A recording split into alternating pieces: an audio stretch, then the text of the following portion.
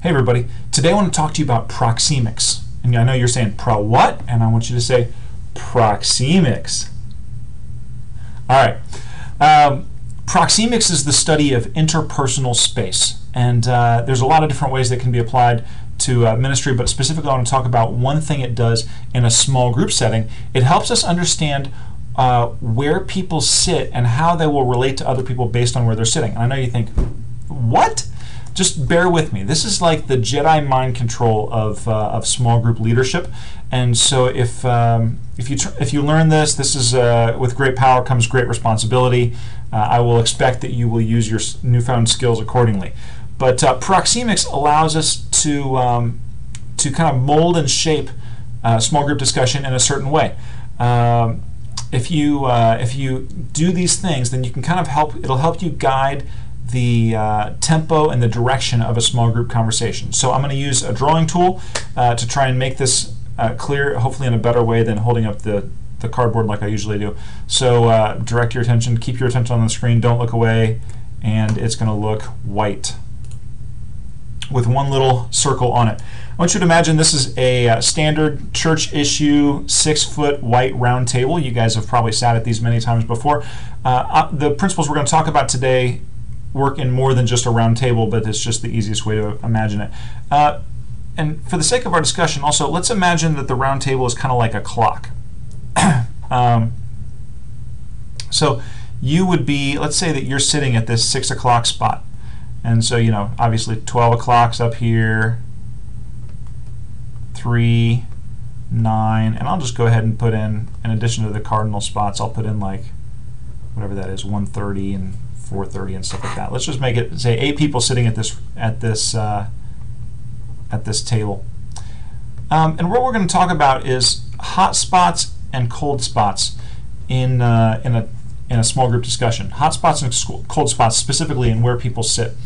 I know this word may be unappealing, but I think of it in terms of there being powerful, more and less powerful spots at the table. So the more powerful, the stronger seats and the weaker seats at the table. It's not referring directly to the people in them. It's saying that these are seats, like if you sit in a powerful seat at the table, you are likely to talk more. If you sit at a less powerful seat at the table, you are likely to talk less. All right. So when I say powerful, that's what I'm talking about. Talking more or less depending on where you're sitting. And I know, just bear with me. All right.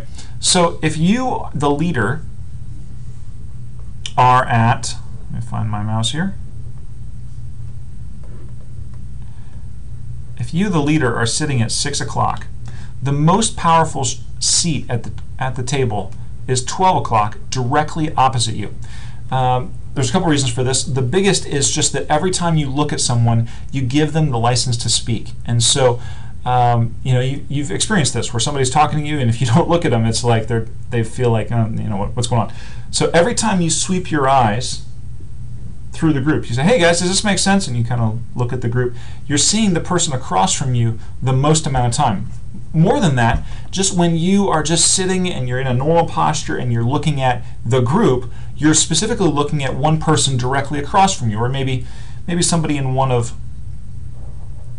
these 3 seats. All right, you're looking at these people and they are being looked at by you all the time. And so if every time you look at somebody, you're giving them license to speak, what happens is you end up giving these people a lot more license to speak than these people. All right, looks kind of like a hare with ears there, but these people across from you have a lot more license to speak than the people next to you. All right, and so the people across from you end up talking more than they would otherwise.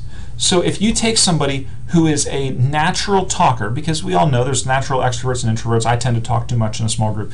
So if you take someone who's naturally a talker and you put them in a strong seat, they will talk even more. All right.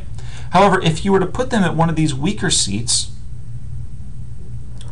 if you were to sit somebody who's who naturally tends to dominate the discussion, and you put them in one of these 2 places, they will actually talk less. I know it sounds crazy, but here's how you can actually test this. Watch, go into your group the next time you're leading group. Look at the people that are sitting in the table, or you're in a living room and chairs are roughly circular. Okay, look at the people that sit across from you. Most often, not always, but most often people who really want to talk sit in stronger seats, even though they don't know that this is happening consciously. They naturally sit there. People who don't want to talk generally will not sit across from the leader. They'll sit somewhere over here. So what implications does this have for our small group settings? Well, first of all, if you can get people who talk too much, and if you can put them in weaker spots, they will talk less. If you put people who don't talk as much and move them into stronger spots, they will talk more. You can actually help draw people out by putting them in a stronger seat. I know that this works because I even do it on myself. Even though I'm totally cognizant of it, when I go into a meeting, because I know I talk too much, I always sit in the weakest spot, and that helps me to not talk as much as I would otherwise, because the person who's leading the meeting isn't looking at me all the time. If they just keep looking at me, then I just feel like we're just going to have a conversation. And so the goal is to put people in weaker spots. The one thing I want to add to this is that there is, you see these, where's my mouse? Right here and right here, these are like wildcard spots. They can go two ways. The person who sits in one of those spots does one of two things. If there's somebody who's a natural talker, right, and let's say this is that person. So that person's a natural talker, and everybody's looking at me. They're also kind of looking at this person, and so that person can kind of steal some of my power, to badly use that phrase, that everyone else in the group is looking at them. They feel like everybody's looking at me, and so I'm just going to contribute. On the other hand, the person who doesn't really want to talk, they can hide in that spot. If you look at this here, the person who doesn't want to talk, they can get right into this space right here, and they can just hide from you. And so your vision is kind of focused. I'm going to draw it here. Your vision is kind of focused on this area, and they can kind of hide out of your sight. So one of two things happens. If you have a person who doesn't want to talk and they sit right next to you, you have to be really intentional about drawing them out. If somebody who loves to talk sits right next to you and they start to monopolize the conversation, then what you can do, it's wonderful. A very light touch will break their train of thought, and then you can break in. So, for example, if somebody's talking. Okay, I asked this question. This person's been talking for 5 minutes. Nobody else has a chance to talk. When they take a breath, if I tap their knee or if I tap their hand, appropriately, I'm not suggesting inappropriate anything, but if a slight touch, knock the elbow, can break them out of your thought, and you can say, that's a great thing. Thank you for that. Hey, let's talk to Susie over here, right? So somebody who is sitting in one of those two corner positions, I know this is really messy, but somebody who's sitting in one of these two corner positions is kind of a wild card position. It makes somebody who talks a lot talk more, somebody who talks not very much talks less. But if you can arrange yourself so that people that come into your group that are talkers are forced to sit in a place where they talk less, and to force to sit in a weaker spot, you will help normalize the contribution level of everybody in the group. So move the higher talkers into weaker spots, move the people who don't talk as much into stronger spots, and see if that doesn't help you some manage and help guide the tempo in the conversation of your group. So that's all for me. My phone's ringing. All right, you guys have a good day.